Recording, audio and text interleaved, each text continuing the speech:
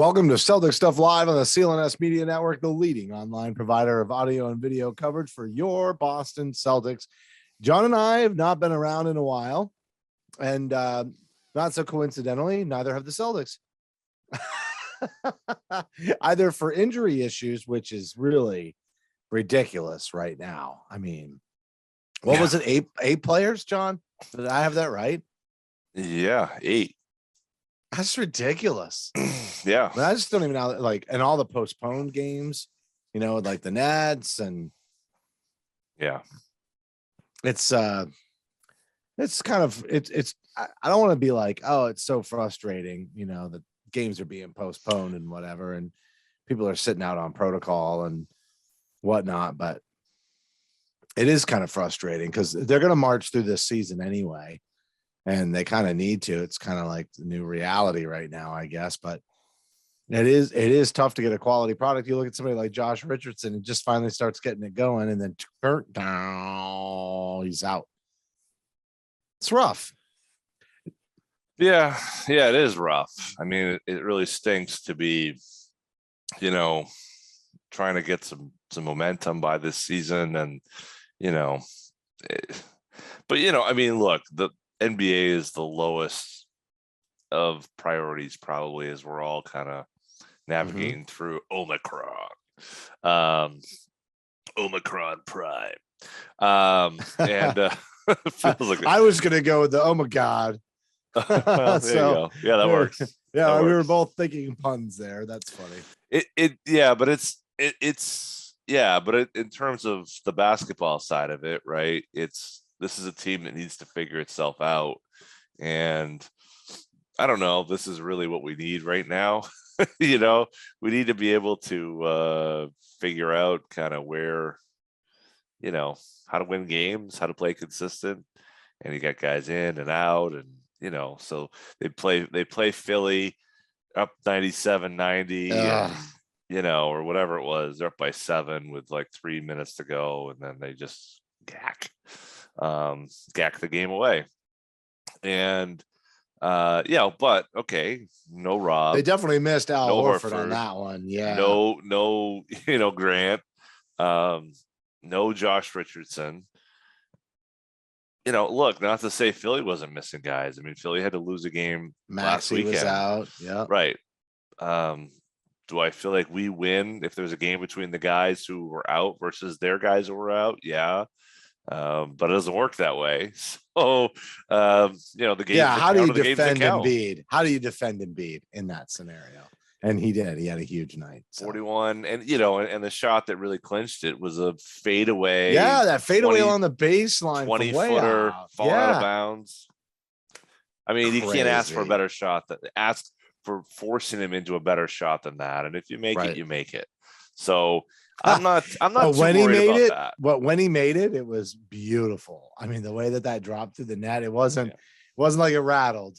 No. I mean, he was in the zone when he released that for sure. Yeah. No, he, and that's, I mean, look, he's done this before. I think it's a bit frustrating that the Celtics weren't able to force someone else to beat them. I mean, I don't know.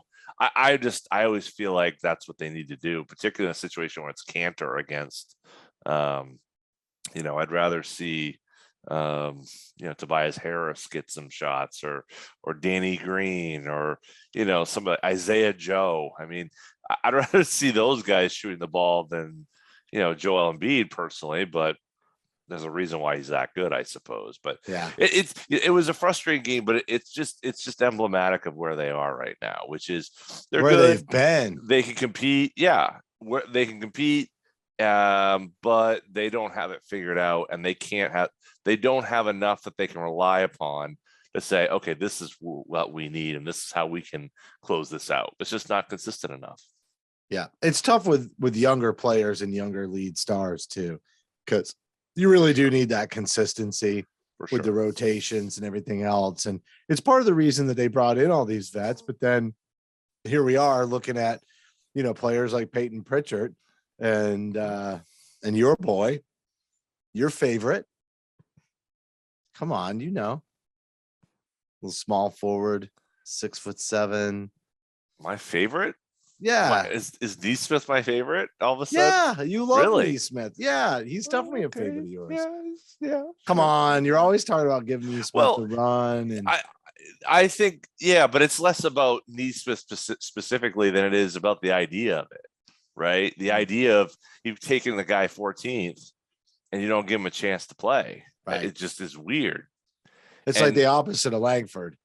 You know, what do we take him at 15? No, yeah, same 8? idea though.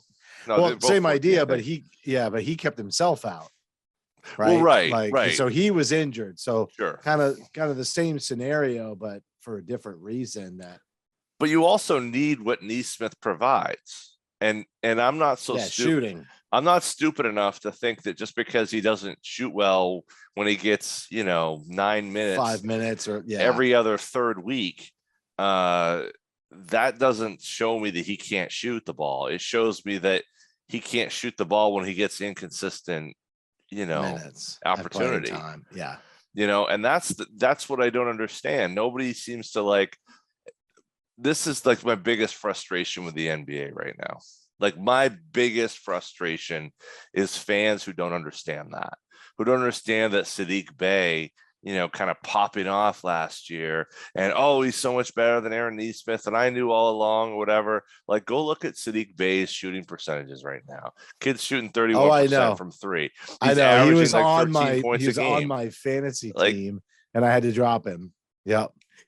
But you get opportunity, and it's like, it's like the Garrison Matthews thing. This is like the new thing. He is also right? on my fantasy team now. Sure. It's smart, right? He's getting opportunities. So he plays, so he gets a lot of shots. He gets a lot, it's great. No problem. But like the idea that, they were good and we didn't know, that's not really the case, is it? Like, are they good now, but they weren't good when they were here? No, or at least in Garrison Matthews' case, no, there's no opportunity. We could say, well, they aren't taking the opportunity. Well, some of this you have to force feed. That's how it works. You have to force feed opportunity. In a way, Peyton Pritchard has been force fed opportunity in these last 2 games, and he's taken it by the horns here against New York and against Philly. So that's what I'm talking about, and that's why you say, I don't mind the idea of trading a guy like Dennis Schroeder, because I think that in the opportunity that eventually what you get out of Peyton Pritchard, you're going to have some stinkers. You're going to have some games where he's going to look like a second-year player who can't get by as a guy. You're going to have some games where he can't defend his way out of a paper bag. I mean, all of those things can be true at the same time, but he's a first-round pick who can shoot the hell out of the ball and seems to have some pretty good offensive, kind of awareness of himself, which seems to work pretty well next to Jason Tatum and Jaylen Brown. But let's just keep running out Dennis Schroeder because he could get to the paint and look off Jaylen Brown wide open in the corner and turn the ball over 100 times. Get back to me on that one, Ime. I don't understand that, but that's where we're at. And I think for me, as kind of looking at this, and I guess this is where we kind of come back to the bigger picture. If this is who they are, then I'm not saying we tank, but I'm saying we should be looking at improving our stock of the players we have now and we'll have over the next run. And that means Aaron Neesmith, Peyton Pritchard, Romeo Langford, Grant Williams. Yeah. Make them the best you can over the next, whatever it is, 60 games. Yeah, it makes a ton of sense because it's kind of a lost season anyway, right? So, I mean, it's not a lost season, but they're clearly not climbing the ladder, right? Right. I know not everybody gets video, but I swear to God, dude, you just like looked up the ceiling. Like, I'm like, it's a lost season. And it was literally like you were looking for it. Like, I'm looking for it. I'm looking for the season. Where is it? Where did it go? Is it there? You were like, no, that's a cobweb. That's all I got. It is a lost season, though. You're totally right. I mean, I hate saying that. It's not even January, but it is. I'm not saying it's a lost postseason, but I'm saying it's a lost season. So to your point, like sometimes you just got to throw the towel in on, expectations. right, and trying to meet expectations. Right. And instead, you got to just go with it's time to focus on development. It's time to focus on Right. and why not trade Schroeder at this point, or why not package some players? And maybe it is to go get a Beal, and then maybe you're trying to get the chemistry right for the postseason, or maybe you're, there's other players that are out there that we've talked about. Trade season is sort of open, it's not really active, but it's sort of open. Right. Conversations and rumors will start flying. I see it all over my Facebook feed now. It's like, oh, this move, we'll put them over the top and and most of it's kind of nonsense right now, but I don't see why you don't make a consolidation pick. I don't at this point. I don't think depth is. I mean, depth is important, but when you got 8 players out anyway, and then the depth is preventing you from playing young players, you might as well try to do a move to consolidate. Not saying that that's going to be on the table for them, but I guess the question is, do you think that Brad would give up picks? Because Danny was really like, he was a picks hoarder, almost to a fault over his final years in Boston, right? He would hoard those picks and then not move them when he should have. And then he got too many picks and not enough to do with the picks that he's making, like not enough playing time or a whole bunch of late ones and, move them earlier and they might have had value, right? So timing is everything with that. Do you think Brad is going to hoard picks? Because one of the other reasons is to round out the bench with talent, right, at a low cost. But then you kind of, if you look at it and you look at their strategy for how they're going to build a team, you might as well grab them from the G League. If they're not going to get any playing time, why make a pick? Dude, G League players are cheap and they all can play a role.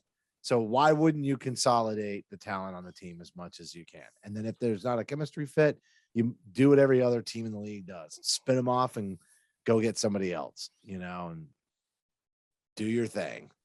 So let's just take a while doing the devil's advocate thing and walking, kind of talking out of the other side of our mouth and say, okay, let's look at last year's team, right? Yeah. Last year's team lacked veteran leadership on the bench, lacked reliable players around Tatum and Brown, especially with Kemba's injured status. And, he wouldn't play one night and they would play the next. And they struggled to gain some consistency. Well, that part seems familiar, but that's where we are with this, this group in terms of the outcome. The outcome is the same. So it's, how much do you need to have as part of a team, as part of the core of a team to allow you to still have enough of enough, respect, enough, know-how, enough, kind of grizzled veteranness about your roster so that you can still maintain, enough players on the court that know what they're doing. Meanwhile, at the same point, provide an opportunity for the young players. And last year we saw, it seemed, I'm not saying I necessarily agree with this, but it seemed that we had too much of the young and not enough of the old, which is why we go back and we get Cantor, Freedom, we get Josh Richardson, we get Schroeder, right? So we add those 3 guys, and then, well, now we've got veterans, so it'll be fine. I don't feel that. Yeah, I don't feel Not like this season. I don't, and I don't know that last year it was like, oh, well, that was the problem. I felt like the problem last year was Brad never went fully in on what he needed to do. He had the team to play one way, and we kept trying to kind of force his way with Thompson, and I thought that was really what kind of set him back. He was trying to force into something. The Thompson and Tice. Yeah. Like these are my quote unquote best players. So right. I'm going to play those players. Yeah. That kind is of like kind of playing Rob Williams and Horford together. Yeah. That's what I was going to say. I agree with you that's a disjointed. I mean, Rob is super move. Like he can move, but we have to just accept Jason Tatum is a modern power forward. We just have to accept that fact. Yeah. He is. I think we have to accept that the kid is 6'10". Sucks for me because that's not what I want, but I think you're right. Well, but you know what though? Like I still think that there is another forward the team gets that maybe does what you want them to do as well. Like I think the problem is finding that guy who can fill that role is just for the amount of draft capital or whatever it would take to acquire that guy, it's just not worth it. Like the market is just upside down on that right now. So you have to play Tatum there. You have to play Brown at the 3.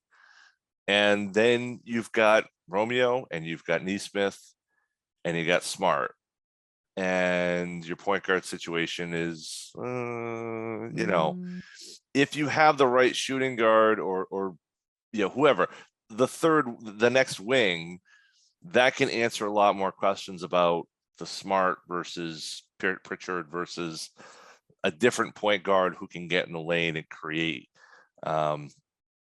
That's but you need to fill out that other piece to figure out what you need at point guard, or you figure out what you get at point guard, and you consolidate, and then you get whatever you get left over at that other wing spot. Because there's been a lot of talk of the DeJounte Murrays and the De'Aaron Foxes and a few other guys with D in front of their name. No, not really. I'm just Dejon and anyway. That's somewhat kind of interesting to me because I never really wanted to spend much on a point guard because I think that they're pretty easily found, and I still believe that. On the other hand, if the market is so crazy to add that 3-4 who can rebound and do whatever, why don't we just take the one we have that we're maxed out and he's the best player at that position? Right. So do you want Smart at shooting guard, Brown at small forward, Tatum at power forward, and then you choose Rob or Horford depending on matchups or how the rotation kind of gels, and then you get a real point guard who can distribute, and Smart plays defensive mostly, less ball in his hands? Ideally, no. I mean, So ideally, you're trading him. Ideally, you're trading him. I don't see how, dude. If you don't want him at shooting guard and you don't want him at point guard, is the only place you play him. I think the only place you play him is a point guard. I think he's a point guard. I don't think he's a shooting guard.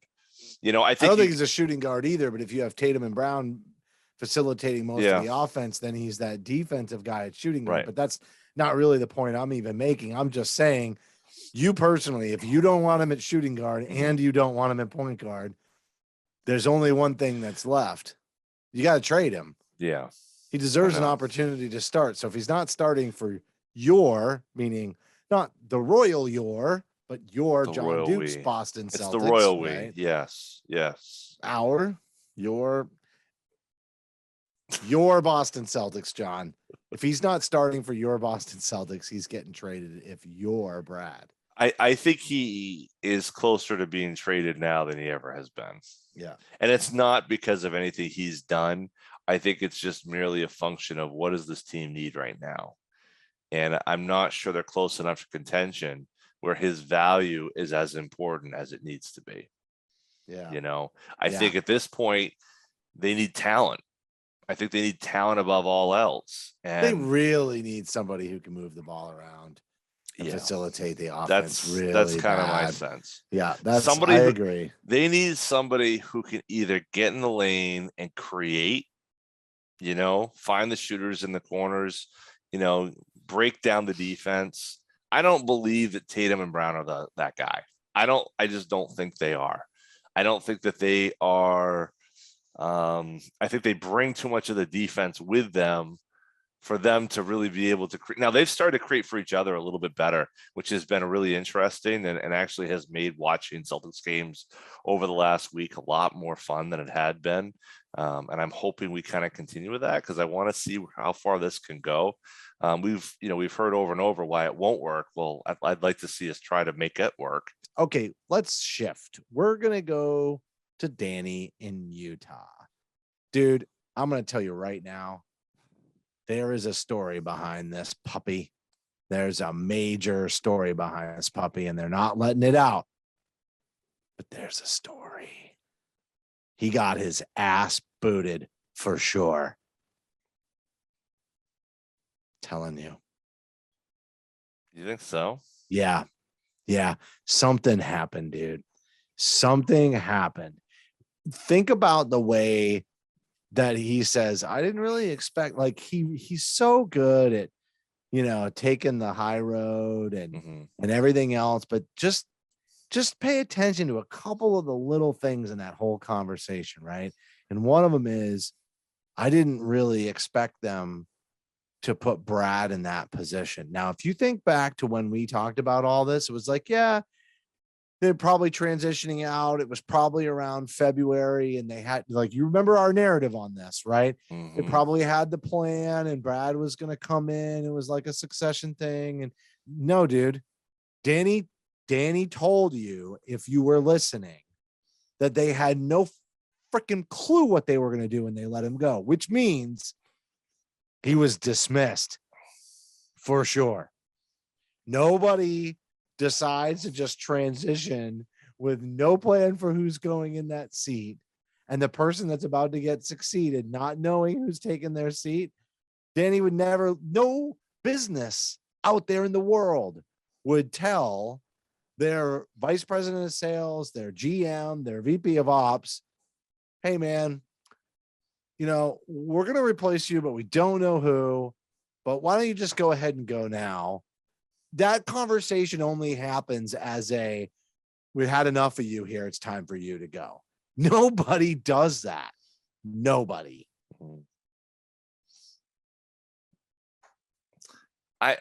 It seems okay. My belief in this is that Danny was always Pagliuca's guy.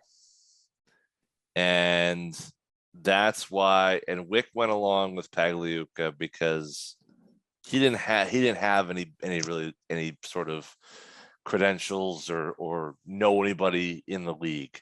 Pagliuca was the guy who knew people. And so when Pagliuca brought in Danny, it was like, okay, well, it's a perfect marriage. Well, where is the ownership now?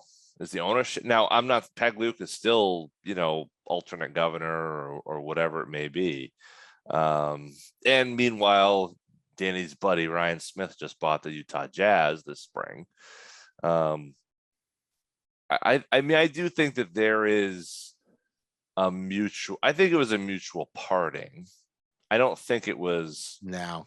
But I don't think it was. No way. Why do you say no way? Like that? Because they would have planned for it. They didn't plan. Brad moved up in the role for all the reasons that we decided, because it was financial. He's kind of burning out as a coach. He kind of lost the team, and they had all this money wrapped up in him. So it just made sense to elevate him and give him a shot. And they had Mike Zarin, and they have Austin Ainge. They had all these other people wrapped up around him that even if Brad was mediocre, they couldn't spend their money a better way and get, much better results. Right.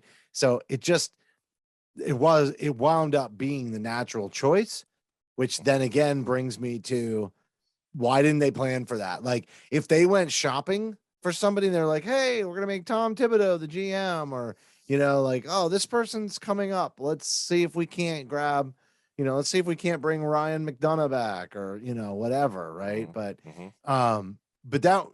that clearly wasn't like they had no plan. And ultimately they knew they were handcuffed by Brad's salary, and they wanted to go with elevate him and get a new coach. And I'm shocked that wasn't decided, before Danny decided to step down, leave the team, asked to leave, whatever. For them to land on Brad, like if they had shopped it out and they had said, it's just time for a change. And, Danny, you're kind of crusty, and, it's time. And, it was mutual, blah, blah, blah, blah, blah. And they did like a full on, search, but even the search was half-assed, dude. They didn't really bring anybody in for GM. Oh yeah, no, definitely not. Definitely not. So, I mean, if they had put any forethought into Danny stepping down, they would have already come to this conclusion. But if they were going to let Danny go, why wouldn't they have gone out and tried to seek out a wider audience? But that's my point. That's my Right. point. But why Like, wouldn't they? Because of the money?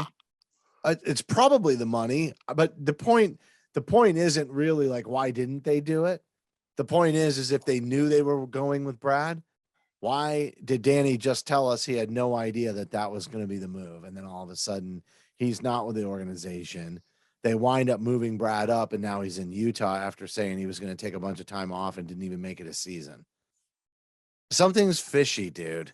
Something is super fishy. I'm fine with. I'm fine. Okay, I mean, I don't know that I'm not as. I think that there was more unhappiness on the ownership side than was portrayed in the public. I agree with sure. I agree with that. I agree with that part of it. And I think that there was unhappiness with both sides. I think it was mutual. I don't think ownership was happy with. You don't think mutual separation. I don't just think mutual not happy. I think mutual not happy. Right. I think everybody was miserable last year. I thought the players were miserable, the coaches were miserable, the ownership was miserable, and the GM was miserable. Nothing had worked out the way it was supposed to over the last. Isn't it great that they're still miserable? Well, that's right. And what does that tell you? Right. That to me is the problem with this year, is that we changed everything else and we're right back where we started. Same place. Yeah. So that's why I say, like, you need a change in philosophy. And we really haven't changed philosophy. We kind of have still playing veteran players more than they probably deserve, still, not building up our assets, still not taking our assets and maximizing them so that you can turn them into bigger and better players. So do you think Danny wanted to do that and Brad wouldn't do it as the coach? And then that's part of the reason why Danny also wanted to, because if you think about how he built the team that brought Garnett, right. There was a whole different approach to exactly what you're saying, right? I mean, we still got frustrated and said, Doc, play the young guys, but Danny basically took the vets away from Doc and said, well, if you're not going to do it, then, I'm just going to make it happen. And then all of a sudden he had young guys playing, and he had well, I guess it's still draft capital. They're on their rookie contracts. Yeah. He was able to move them around, and he had, a salary in Wally Zerbiak, which helped him get Ray Allen and everything else. So let's shift on this a little bit. I want to talk about another old friend who played for who is playing for the Lakers. Seriously, the whole jinx started with Isaiah. Would you guys just bring him back on a 10-day, for Christ's sake? Bring him back on a 10-day and just see if we can't write this shit. It's weird. At this point, so it's weird. Like, it's really bizarre at this point. There is nobody who wants to be a Boston Celtic more than Isaiah Thomas. And yet, in a reserve role. Right. Whatever role you give him. And yet, I don't know. It's friggin' perplexing. It's so weird, dude. It really is. Like, Kyrie is gone. Like, please write the ship before it's too late. If you don't get the karma circle right, all we have is yin. We have no yang. No yang. We got to get the yang. You got to bring Isaiah back and yang this ship, because the yaw is out of control. Like, we are not sailing straight. No. And it's bad, dude. And I don't, look, it's just, I just don't get it. Like, I don't understand what is, like, is he really like that bad? Like, is he that? And yet over and over we see he goes out. I mean, we just signed CJ Miles, 15-year veteran. Yeah, not Isaiah. Like, can't do him. This is the thing. Like, I've been such a believer in the Danny Ainge school since 2003. I mean, ever since he came in here. Me too. 99% of those moves that Danny made, I was fully on board with, right?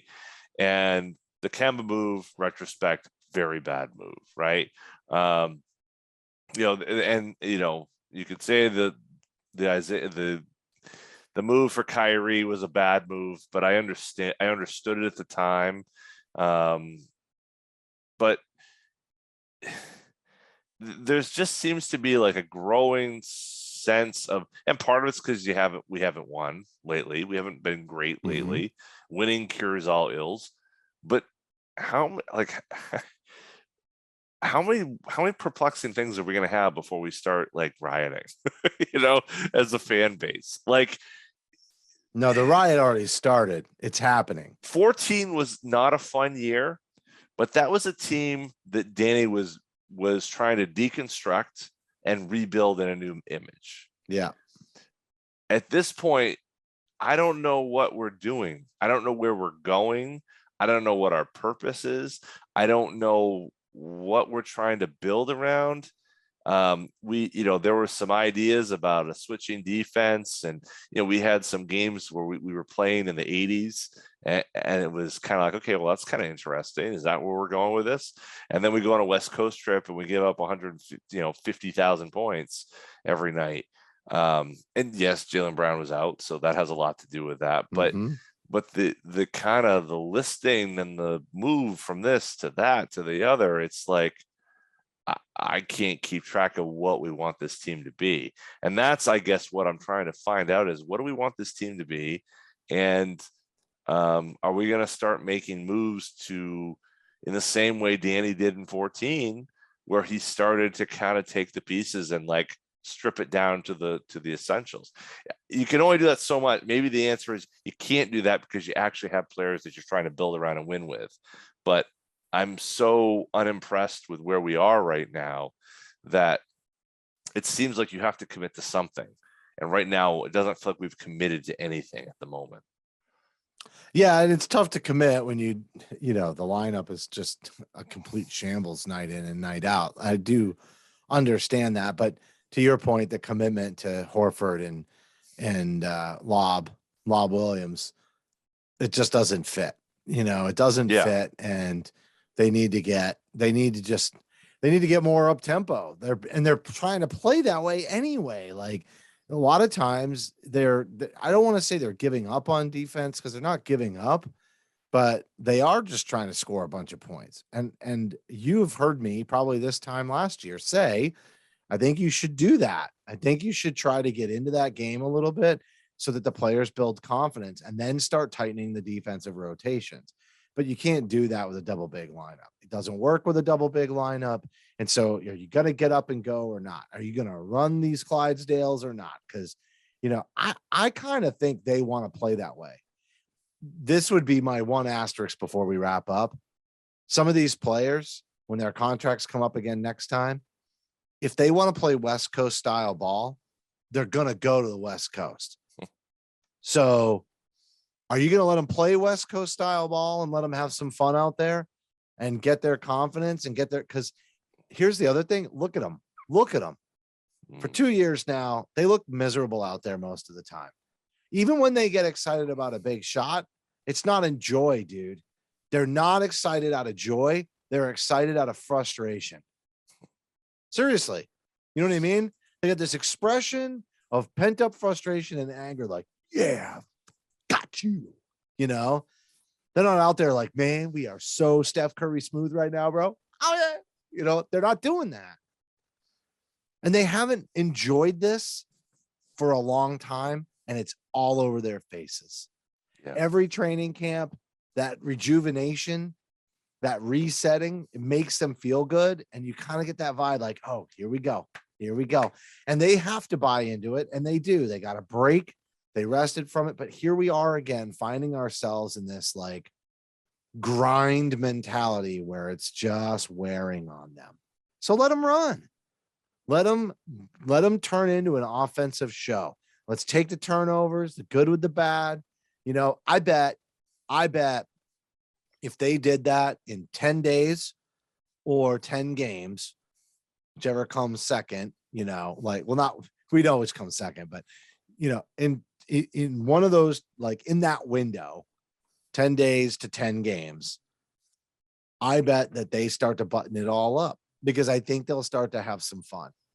And, I don't care how much defense matters. Offense is what people enjoy, players included.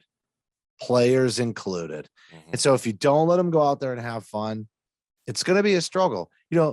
Doc got Paul and Ray and Kevin to buy into a very defensive oriented team. And it worked because KG said, screw the offense.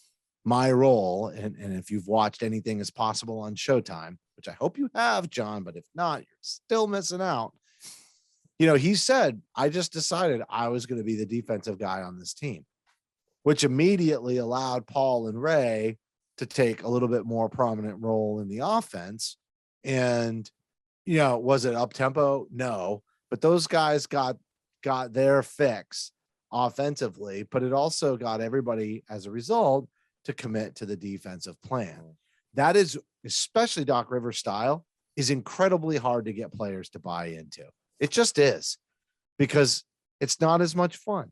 And they play the game for offense. Everybody likes to shoot the ball. You want to know why? Because basketball is a shooter's game.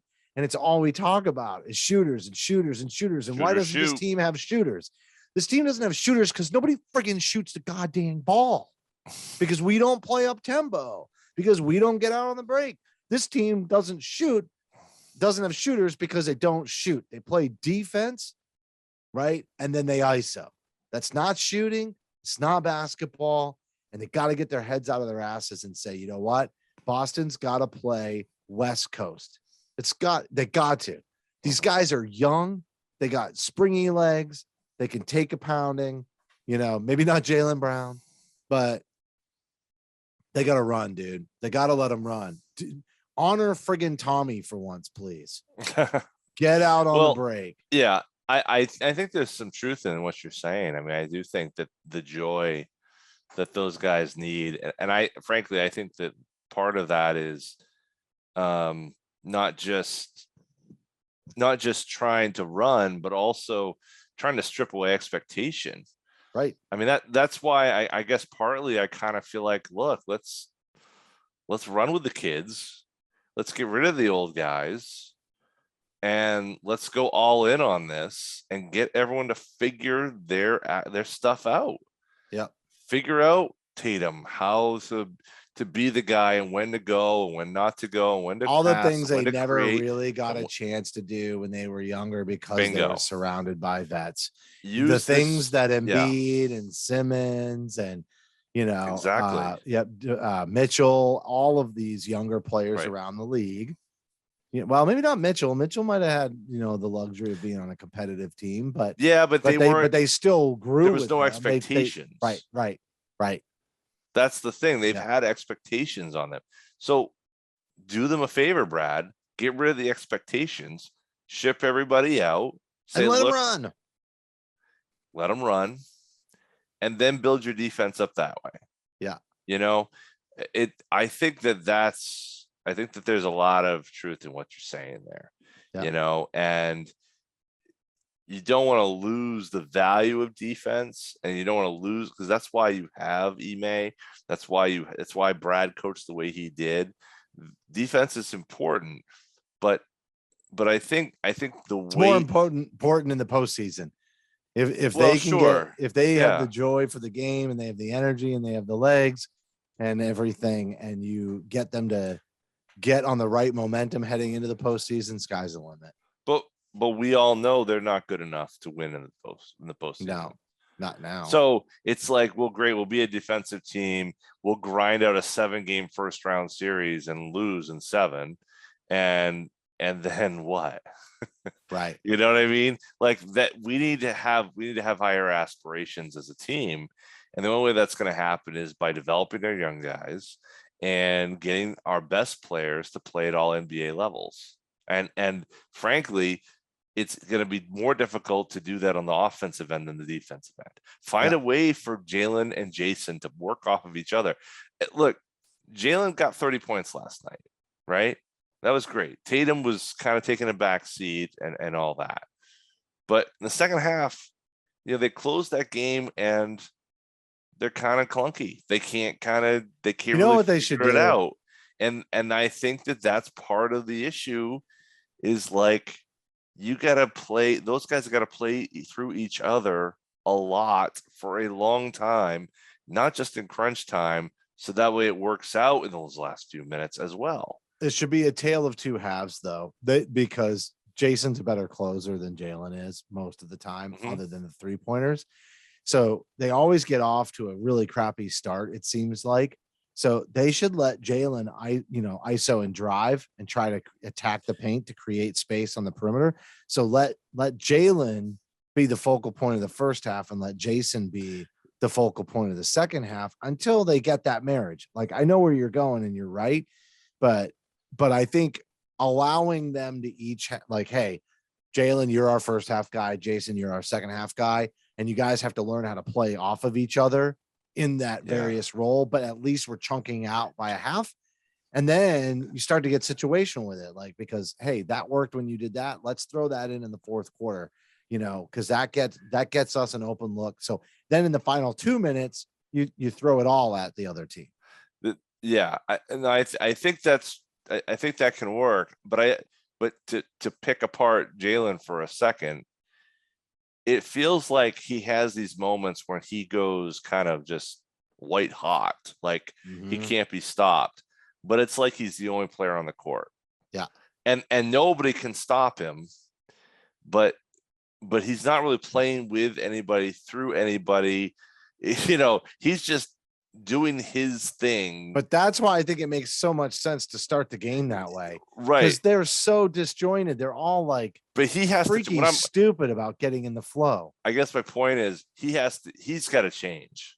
Like, yeah, it's not going to be, and I know what you're saying. You're saying, like, if you put it here, then but like, that's Jalen has he has to evolve ability as a player that way. Right. He has such an ability. Like, okay, we know you can score, Jalen, but can you get 6 here and then, kind of help set someone else up here and then get 6 again? Or, rather than like, I scored 24 points in a quarter.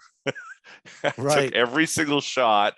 No, no one else. It's part of the reason he gets hurt. It's part of the reason he gets hurt. He just, because it's a lot of demand and load on him in a short period of time. Yeah, it's not helpful. It's not. This